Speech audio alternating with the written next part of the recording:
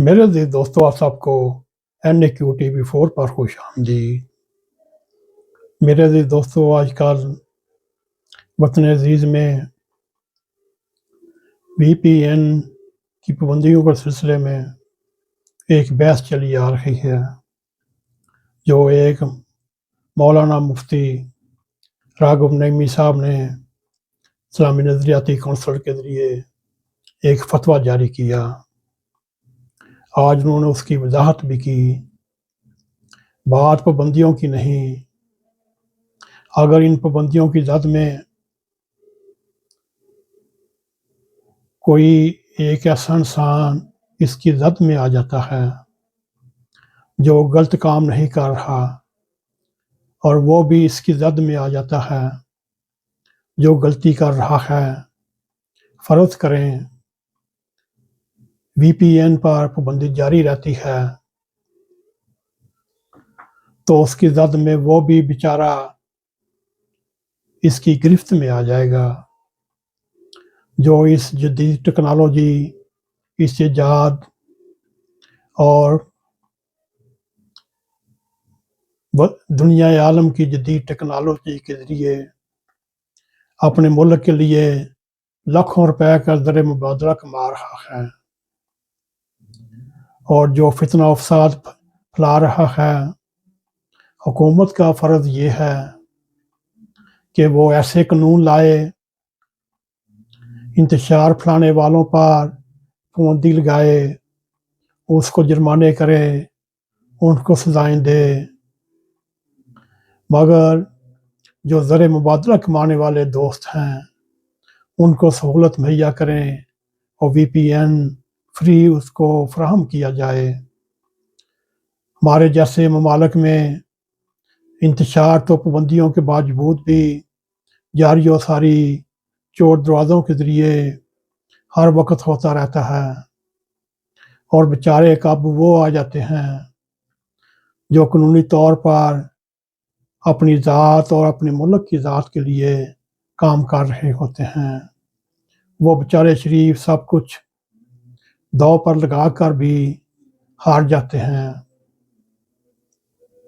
میرے عزیز دوستو، بات صرف اتنی ہے، امت مسلمہ کی گزشتہ 600-700 سال کی تاریخ آپ ٹٹول لیں اور وہ آپ کو یہی بتائے گی کہ ہم نے نئے ایجادات، نئے زمانے کے طور طریقوں کو مکمل طور پر مسترد کر دیا، جبکہ جاپانی اور چینی معاشروں نے جدید دنیا کے تقاضوں کے ساتھ ساتھ اپنی ثقافتی مذہبی رسم و رواج کو مطابقت دے ڈالی۔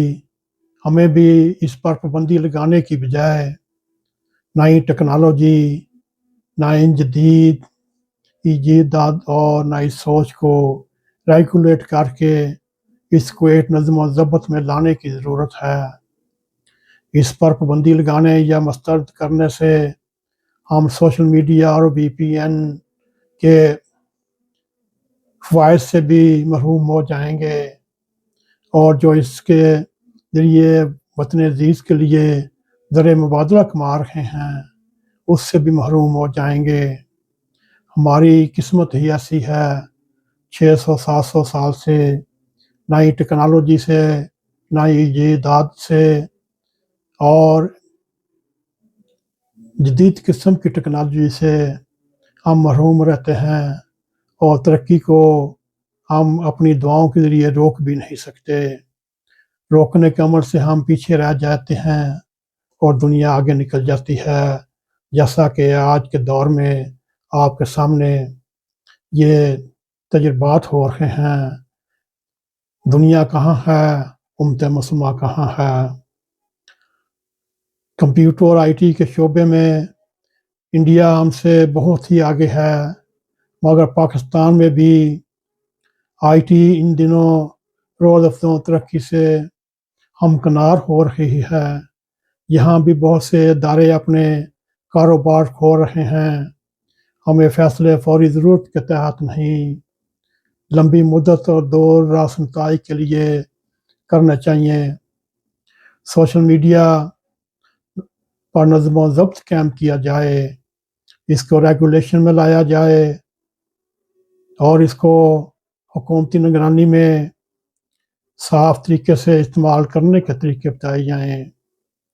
اگر انتشار پھیلانے والوں کو یہی سہولت میسر آتی رہی، وہ وطن عزیز میں انتشار پھیلاتے رہیں گے اور پھیلانے کی کوشش کرتے رہیں گے۔ اگر یہی منفی ہتھیار ہمارے ہاتھ میں، پڑھے لکھے نوجوانوں کے ہاتھ میں آ جائے، تو یہ وطن عزیز کے لیے ایک بہت ہی اعلیٰ قسم کا مثبت ہتھیار بن سکتا ہے۔ میرے عزیز دوستو، آج کی دنیا میں سوشل میڈیا کی بے جا آزادی کا نقصان مین سٹریم کو ہو رہا ہے۔ پاکستان کی میڈیا انڈسٹری پہلے ہی شدید مالی بحران میں مبتلا ہے۔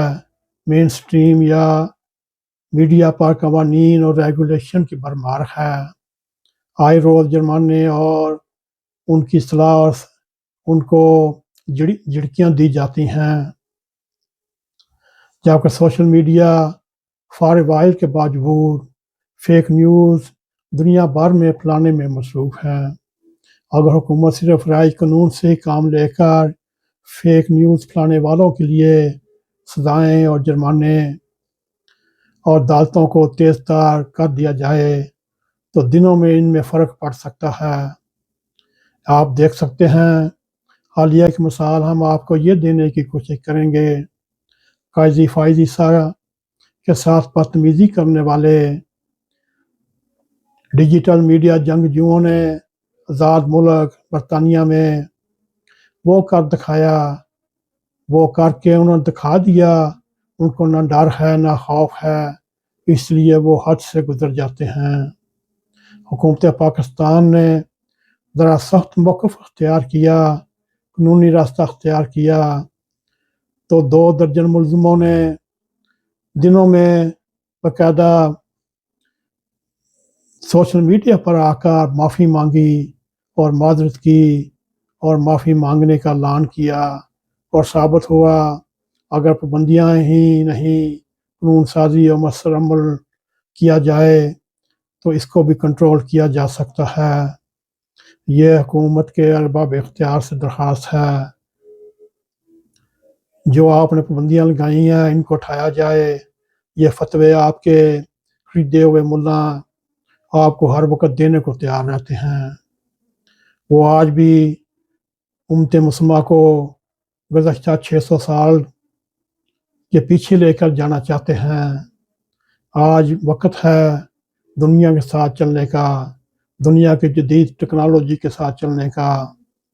اگر امت مسلمہ جدید ٹیکنالوجی اپنائے گی، ہر دور میں ہر ٹیکنالوجی میں اچھائی بھی ہے، برائی بھی ہے۔ اگر اچھائی میں ہم قدم بڑھائیں، ہم دنیا کے برابر چل سکتے ہیں اور اس سے ہمیں کوئی خطرہ نہیں ہوگا اور وطن عزیز کو بھی کوئی خطرہ نہیں ہوگا۔ اگر آپ کو ہمارا یہ پروگرام پسند آئے، اس کو لائک بھی کریں، اس کو شیئر بھی کریں، کمنٹ سیکشن میں جا کر اپنا اظہار خیال کرتے ہوئے NAQTV4 کو سبسکرائب کریں اور جاتے جاتے بیل آئیکن کو کلک کریں تاکہ ہماری آنے والی ویڈیو آپ تک پہنچ رہیں۔ اسی کے ساتھ ہمیں اجازت دیں۔ السلام علیکم ورحمۃ اللہ وبرکاتہ۔